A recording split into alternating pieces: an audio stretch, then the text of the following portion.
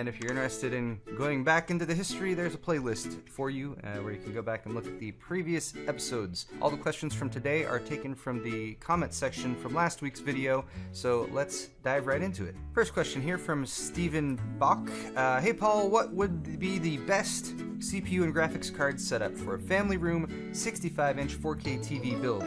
I feel like there's been more interest in like the family room setup, the gaming setup for 4K TVs, since those are becoming a lot more affordable. So it might surprise you given a lot of the negative response to the recent launch of Intel's X299 platform, but your answer is going to be this CPU right here, which is the 7740X, as well as an X299 motherboard, something like one of these, and overclock the 7740X as much as you can. You'll probably be able to get 5 to 5.1 gigahertz out of it if you're going with a decent air cooling setup, maybe even a little bit more if you go with an all-in-one. However, I like to stay away from those for the living room setups just because they can make a little bit more noise depending on the pump and everything like that. Pair this with a GeForce GTX 1080 Ti of any variety from any of NVIDIA's add-in board partners, and that will give you the best CPU and graphics combination, because right now clock speed is still king when it comes to graphics performance, and the 7700K or the 7740X is basically the best chip for pure gaming out there right now. Now all that said, you're going to pay an extra $100 or so premium for the motherboard with an X299 configuration, so strongly consider just going with the 7700K. You won't be able to overclock it quite as much, but you'll invest a lot less in the platform. Of course, you got options beyond that too. You can look at Ryzen and that kind of thing, but you are going to see a little bit of trailing off in the actual gaming performance, especially if you're pairing it with a high-end graphics card like a 1080 Ti. But for 4K, you should by and large be just fine. So I'd say consider those options, but you asked for what's best, and best right now is still going to be the options on the Intel side. Thank you for that question though, Stephen. Let's move on to question 2 from Cody Espinoza. Hey Paul, I'm looking to upgrade my 1080p 60Hz monitor. Had my eye on Asus PG279Q because I hear that high refresh rate is one of those things you just don't come back from. I would agree with that, Cody. My question is, should I go for this or wait or go for 4K or ultra wide for that matter? I have a GTX 970, but I'm looking to upgrade in the next few months.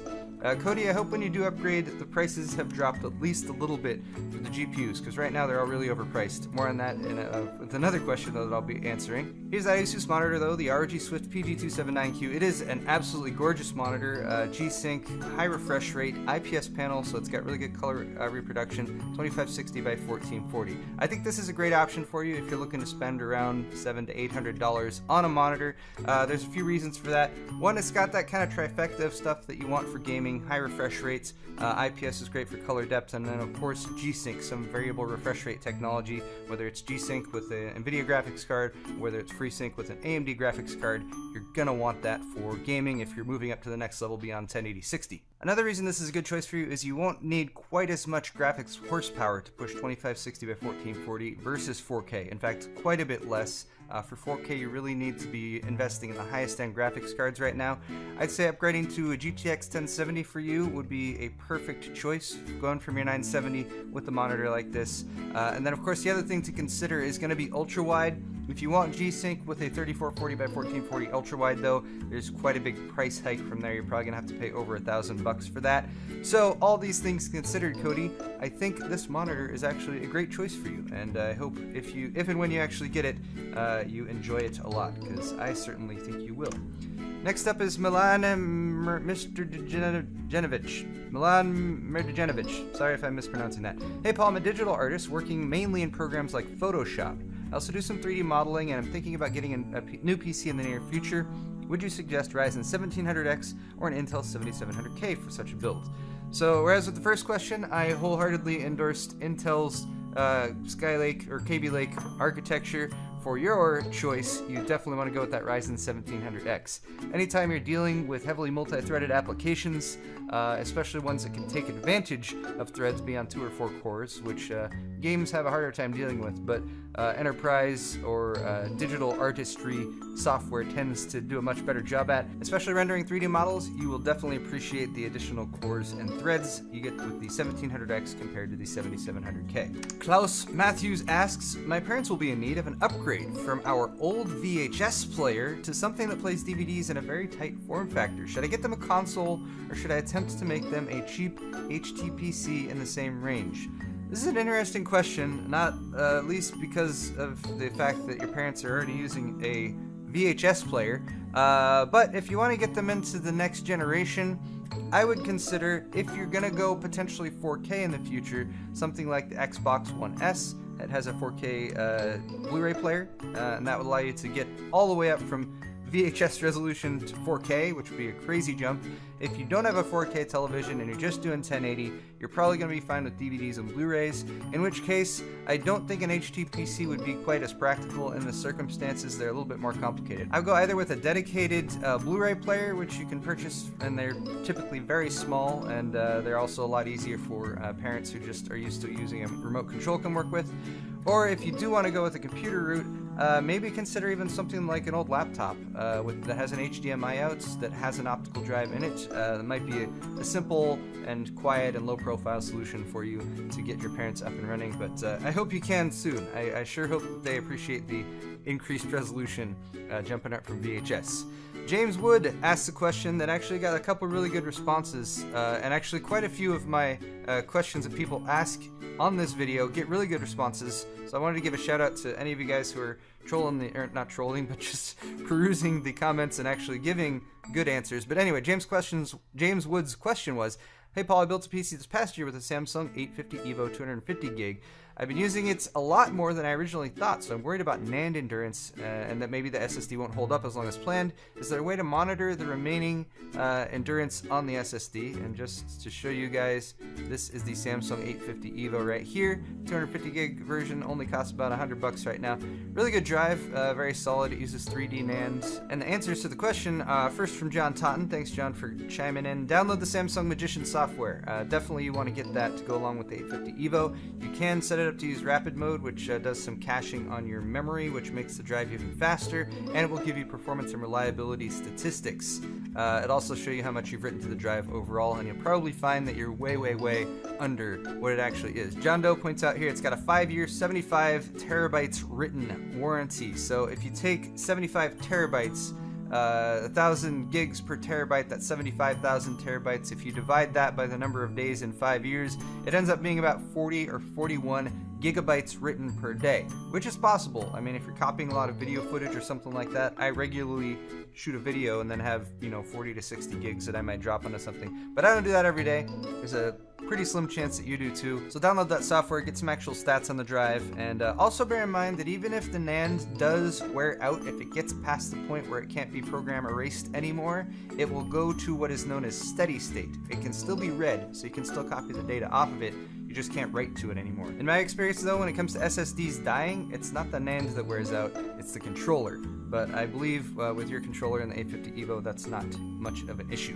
Next question from Mui Copyright. Here's a question for you. G4560 with a Z270 motherboard now, and next year get an unlocked i7, or now just get the G4560 with a regular motherboard, and by regular I assume you mean non-overclockable, so one of the budget chipsets like a B150 or B250. He also says he doesn't care about AMD, so I'm going to skip over any Ryzen recommendations that I might have given. Here's a G4560. It's popular because it's Kaby Lake architecture. It's low priced, although right now it seems kind of overpriced. You should be able to find this for $70. This is expensive on Amazon right now, so maybe search around and find a better price for it.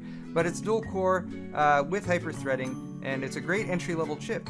But again, you're not going to be able to overclock on an inexpensive motherboard. You can't overclock that Pentium chip anyway. But I would say take a look at Z170 motherboards that are out there on the market, and definitely I would say probably go for the upgrade path. Now, if you get a Z170 motherboard, it might not out of the box be compatible with that processor, so maybe consider something like an Asus board that has USB BIOS flashback, or Gigabyte with their, I forget what they call it, but it's basically the same thing as USB BIOS flashback. That will allow you to update your BIOS without needing a processor or memory installed. Other than that, you might be able to find a Z170 board that says it's updated for Kaby Lake and it should be compatible out of the box. But you can find those really cheap. I mean, there's Z170 boards. I mean, a lot of these are open box on Newegg, but down in the $70, $80, $90 price range. I might consider going more towards the, say, $100-ish to $120 price.